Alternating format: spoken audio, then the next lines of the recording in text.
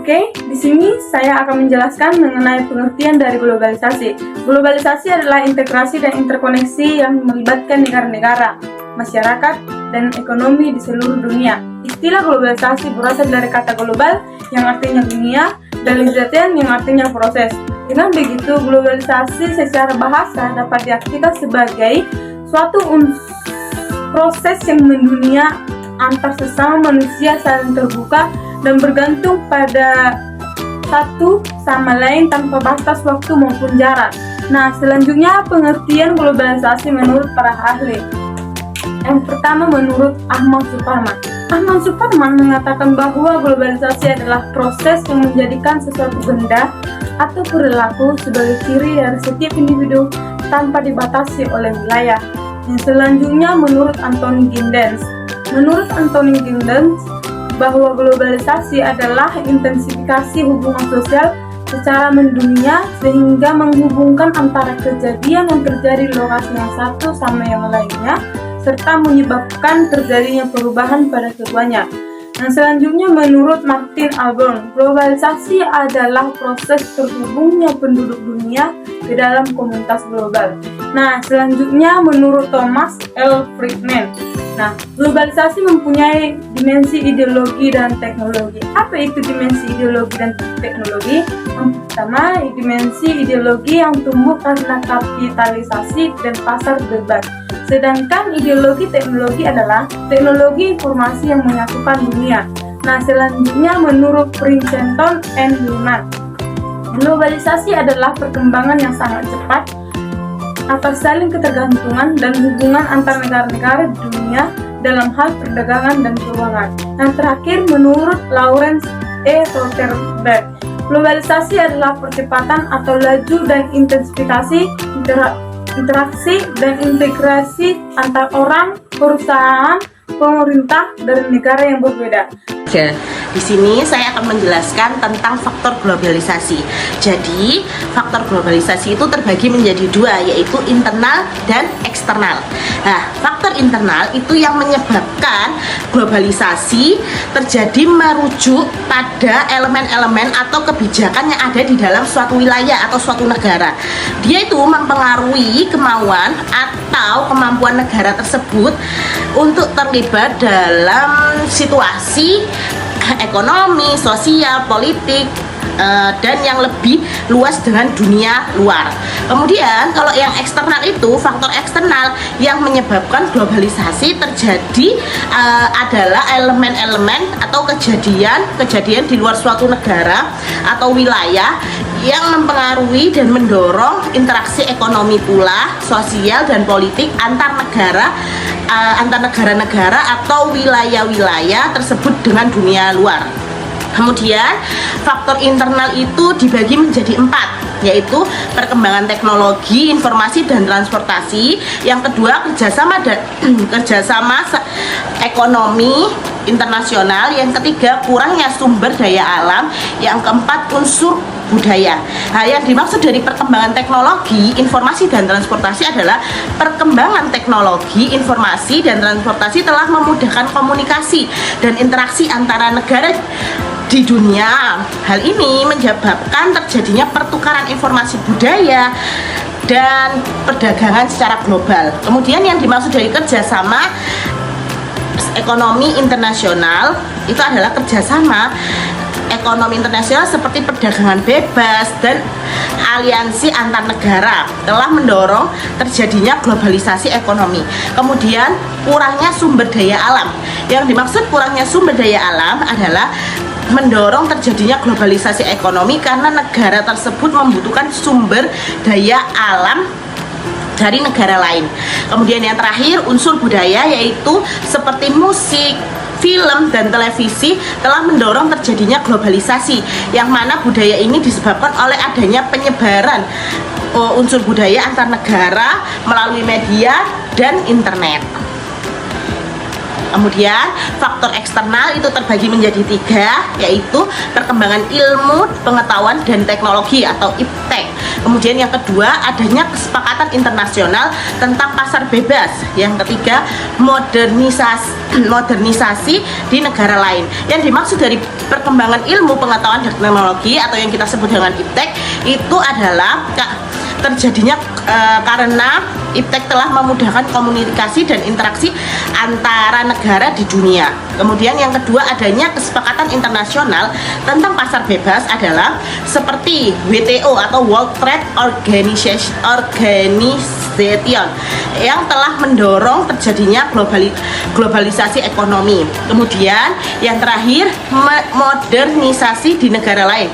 Modernisasi di negara lain adalah bisa mempengaruhi suatu negara yang ingin mencontohnya. Selanjutnya, saya akan menjelaskan bentuk-bentuk dari globalisasi.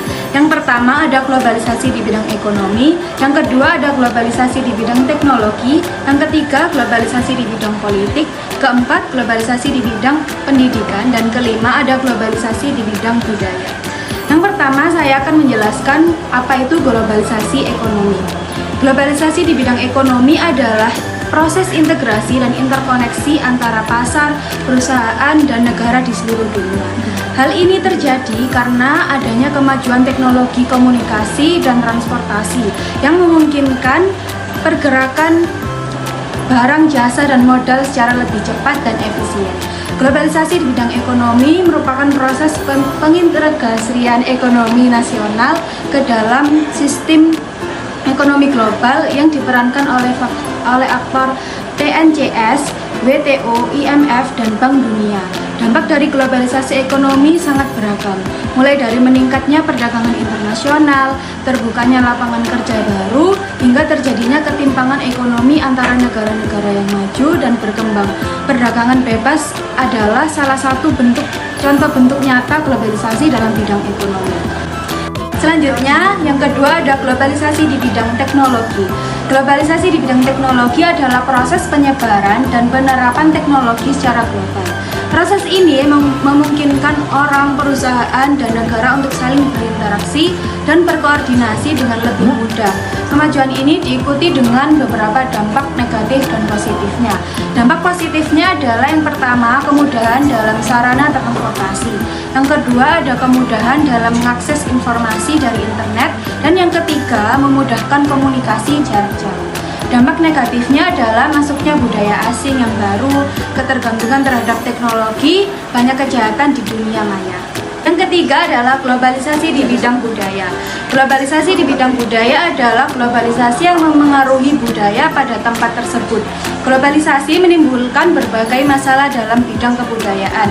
Misalnya, hilangnya budaya asli suatu daerah atau suatu negara, terjadinya erosi nilai-nilai budaya, menurunnya rasa nasionalisme dan patriotisme, hilangnya sifat kekeluargaan dan gotong royong, kehilangan kepercayaan diri, gaya hidup yang tidak sesuai dengan adat kita. Namun globalisasi budaya juga memiliki dampak positifnya. Yang pertama adalah yang adanya perubahan terhadap aspek nilai dan sikap dalam kehidupan yang mengubah pola pikir masyarakat dari irasional menjadi rasional.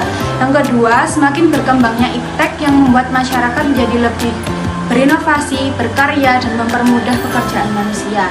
Yang ketiga, semakin berkembangnya dunia industri yang mampu menghasilkan alat-alat canggih dan modern dapat meningkatkan serta membantu menjadi tingkat kehidupan yang lebih baik.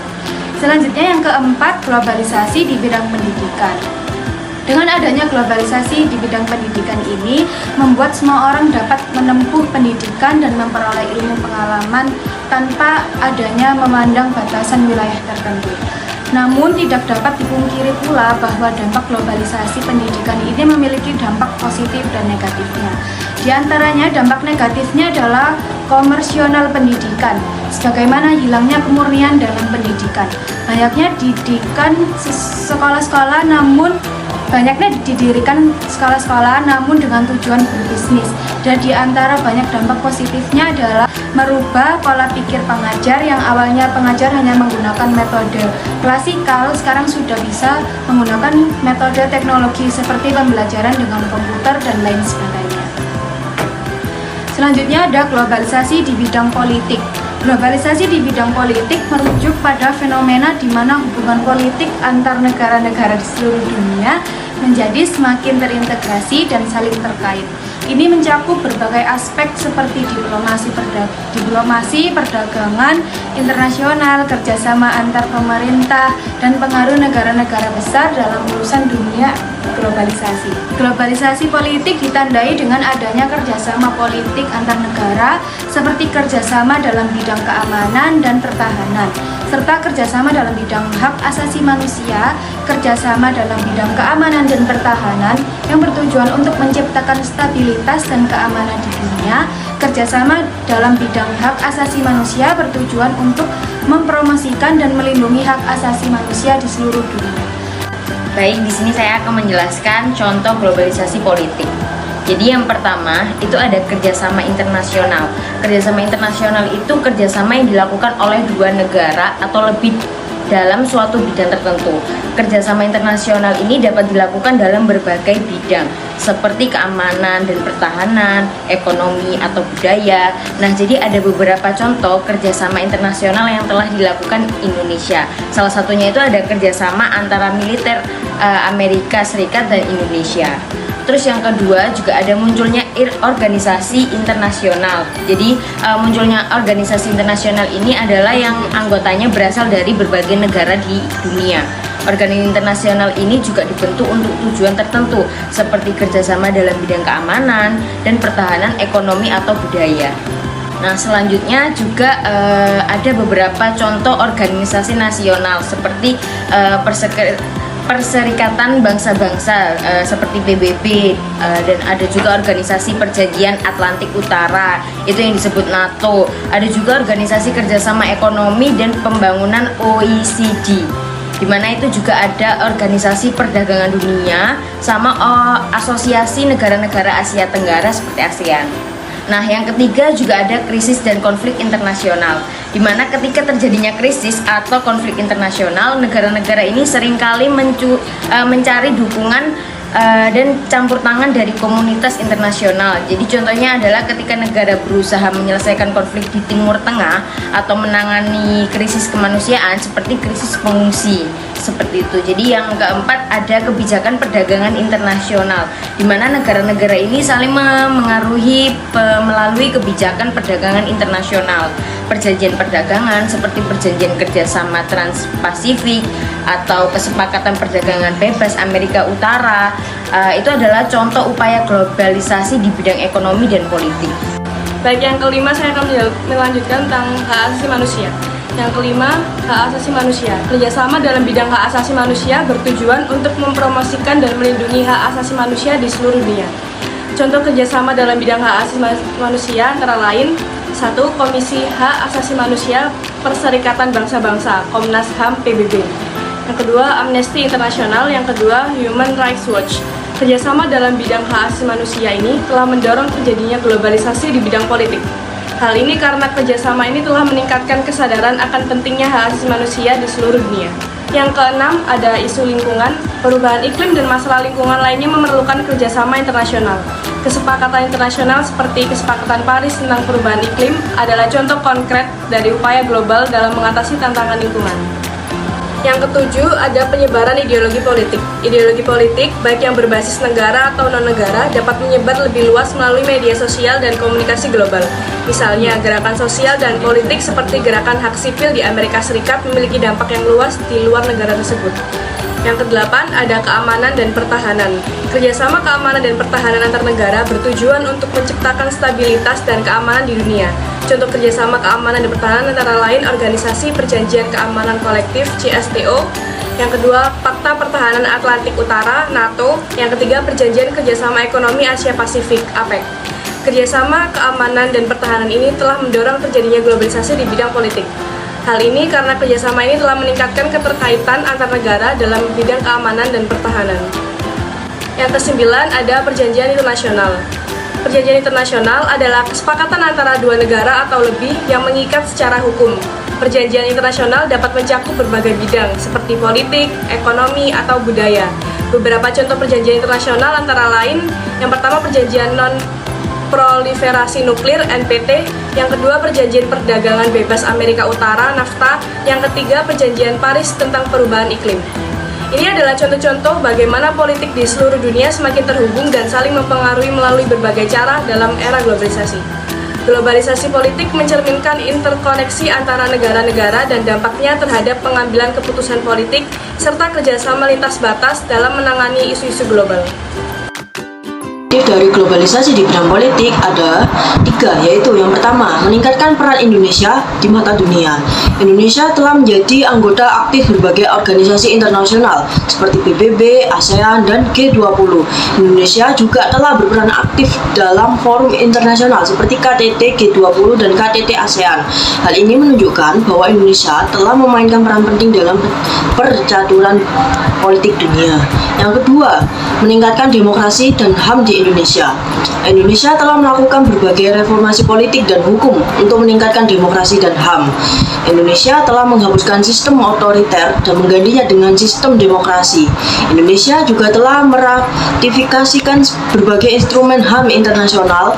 Hal ini menunjukkan bahwa Indonesia telah berkomitmen untuk meningkatkan demokrasi dan HAM. Yang ketiga, mensejahterakan kesejahteraan masyarakat Indonesia. Indonesia telah mendapat berbagai manfaat dari kerjasama internasional seperti bantuan pembangunan, investasi asing, dan perdagangan bebas. Bantuan pembangunan telah membantu Indonesia untuk mengurangi kemiskinan dan meningkatkan infrastruktur. Investasi asing telah menciptakan lapangan kerja dan meningkatkan pertumbuhan ekonomi di Indonesia. Perdagangan bebas telah meningkatkan akses Indonesia ke pasar global dan meningkatkan daya saing produk Indonesia. Dari dampak positif yang kita ketahui, ada juga dampak negatifnya dari globalisasi di bidang politik ini. Yang pertama, meningkatnya intervensi asing. Globalisasi politik telah meningkatkan intervensi asing terhadap Indonesia. Negara-negara asing dapat menggunakan pengaruhnya untuk mempengaruhi kebijakan politik Indonesia. Hal ini dapat mengancam kedaulatan Indonesia. Yang kedua, itu dapat menyebabkan konflik antar kelompok. Globalisasi politik dapat menyebabkan konflik antar kelompok di Indonesia. Perbedaan budaya dan nilai-nilai yang dianut oleh berbagai kelompok masyarakat dapat menimbulkan konflik. Hal ini juga dapat mengancam persatuan dan kesatuan bangsa Indonesia. Yang ketiga, itu menyebabkan hilangnya identitas nasional. Pengaruh budaya asing yang semakin kuat dapat menggeser budaya dan nilai-nilai Indonesia. Hal ini dapat mengancam eksistensi bangsa Indonesia. Hilangnya identitas nasional karena pengaruh budaya asing merujuk pada proses di mana unsur-unsur budaya dari luar negeri seperti bahasa, nilai-nilai, norma sosial, dan tradisi secara signifikan mempengaruhi dan mengubah identitas budaya suatu bangsa atau masyarakat, hingga menciptakan perasaan kurangnya identitas nasional yang kuat atau bahkan hilang sama sekali. Dari topik ini, kita coba untuk mengolah dengan cara kita cari beberapa narasumber untuk memberikan informasi. Menurut para narasumber, sebenarnya apa kaitan dari globalisasi dengan politik? Di mana kita ambil yang lagi hangat-hangatnya adalah pemilu 2024. Narasumber telah memahami bahwa globalisasi merupakan zaman di mana segala hal terkoneksi serta penyebaran informasi secara mudah tanpa ada sebuah gangguan apapun. Dalam pemilu ini bisa tercermin di mana masyarakat dapat mengakses dengan mudah segala informasi terkait pemilu seperti paslonnya, visi misinya, backgroundnya, sampai dengan kegiatan kampanye dari para paslon ini. Keterlibatan masyarakat dalam proses pemilu merupakan sebuah kewajiban untuk seluruh warga negara, tentunya untuk warga negara yang baik. Karena pemilu merupakan bagian dari demokratisasi negara di mana tidak boleh satu orang pun melakukan boikot pemilu atau biasanya kita sebut dengan golput. Karena kegiatan ini merupakan partisipasi penting masyarakat dalam penentuan pemimpin Indonesia selanjutnya. Dalam hal ini, para narasumber telah memiliki kriteria-kriteria penting untuk dimiliki oleh para calon pemimpin Indonesia. Di antaranya yang pertama, pastinya kredibilitas atau profil paslon, backgroundnya, pendidikannya, dahulunya beliau berasal dari bidang apa, seperti itu. Lalu yang kedua, pastinya paslon harus menjunjung nilai demokratisasi agar nantinya Indonesia semakin bisa menjunjung nilai dari demokratisasi di Indonesia. Yang ketiga, amanah. Pastinya para paslon sudah memiliki visi dan misi. Tentunya visi dan misi ini tidak hanya disampaikan di awal, tapi dengan harapan visi dan misi ini bisa diamalkan dan juga direalisasikan pada pemerintahan Indonesia. Yang keempat, calon harus paham akan bagaimana kondisi ekonomi di Indonesia. Seperti yang kita ketahui, beberapa tahun ini Indonesia mengalami ekonomi di mana proses ekonomi di Indonesia sempat menurun, mulai dari proses COVID hingga saat ini. Harapannya, ketika calon sudah paham bagaimana kondisi ekonomi di Indonesia, calon bisa mengetahui dan merencanakan kegiatan-kegiatan apa saja yang dapat meningkatkan ekonomi di Indonesia. Globalisasi memiliki pengaruh yang besar pada kegiatan pemilu yang akan datang. Di antaranya adalah yang pertama, meningkatkan kesadaran global masyarakat Indonesia terhadap berbagai isu yang ada. Hal ini dapat mendorong masyarakat untuk memilih paslon yang dirasa dapat mengambil tindakan yang lebih proaktif dalam mengatasi isu-isu tersebut. Yang kedua, melahirkan isu-isu baru yang menjadi perhatian masyarakat, seperti keamanan cyber, dagang bebas, proteksionisme. Hal ini dapat menjadi faktor penentu dalam pemilu presiden mendatang, di mana para calon presiden akan bersaing untuk menawarkan solusi terbaik untuk mengatasi isu-isu tersebut.